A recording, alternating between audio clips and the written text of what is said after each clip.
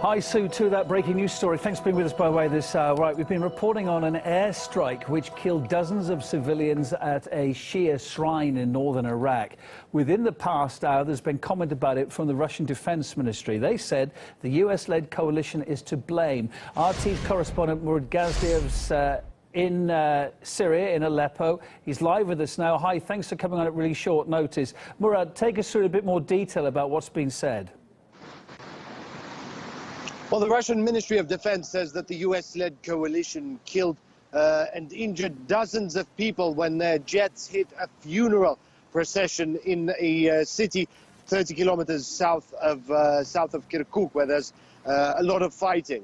They say that the airstrike was, well, apparently accidental, but, you know, it amounts to a war crime. Now, you're in Aleppo, as I just said. The latest humanitarian pause extension was due to expire now, this hour, it's the same time zone as us, so it's 7 in the evening. What is the situation? The last couple of days, if it was going to be extended, we heard a couple of hours before. We've not heard anything like that tonight, so I guess it's off, is it? Well, rebel shelling for the past 3 days has been ever present. On the first day, it was absolutely ferocious, but over the past 2 days, it's lessened somewhat.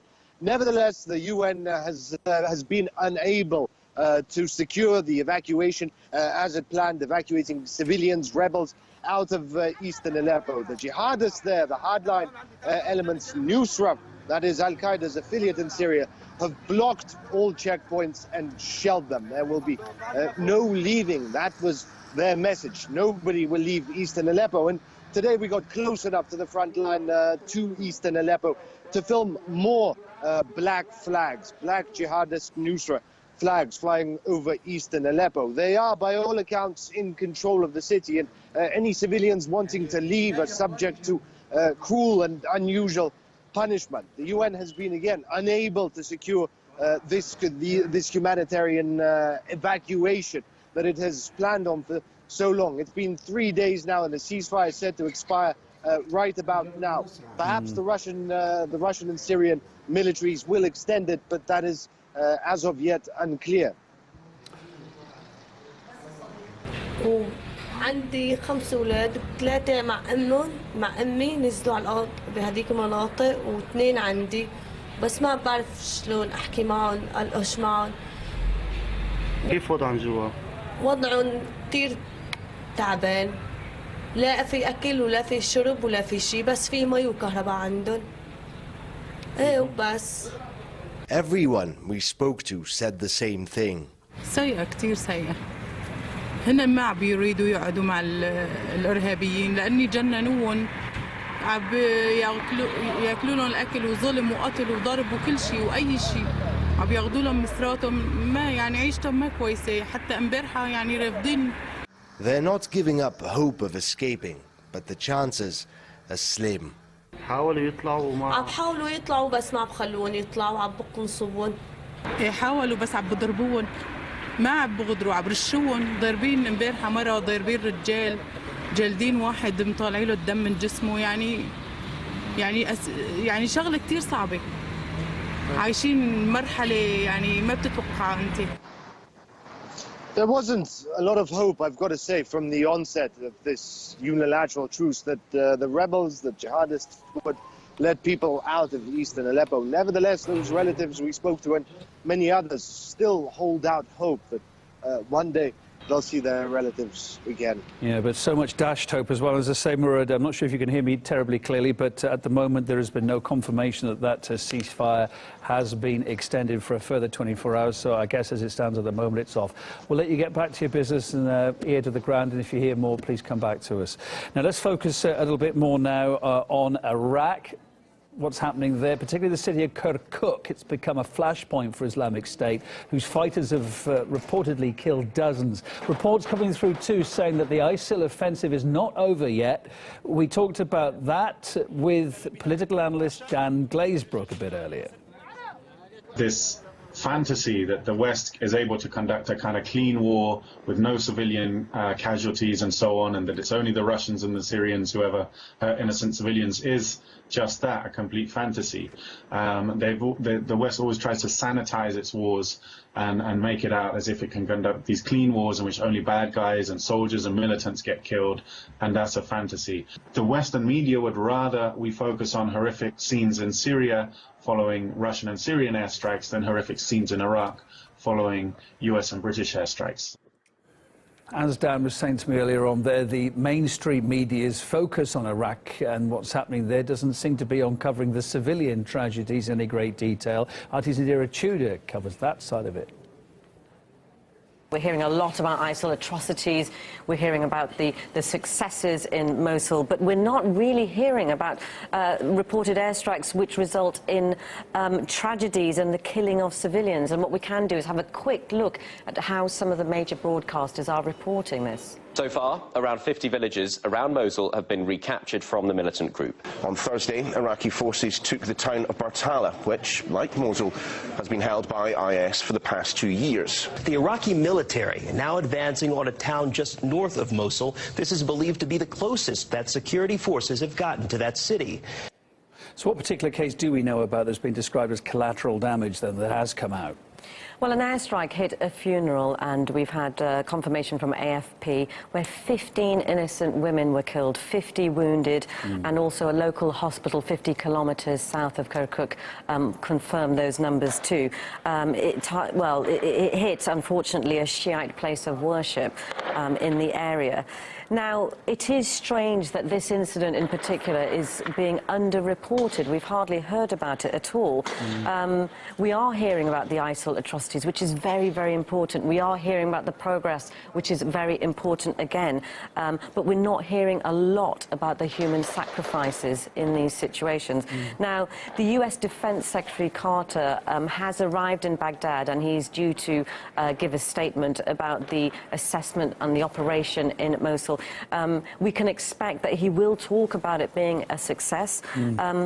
Prior to his visit, a US official previously made a statement as he was briefing reporters before his trip, and he said, it's the beginning of the campaign. We do feel positively about how things have started off, particularly the complicated nature of this operation.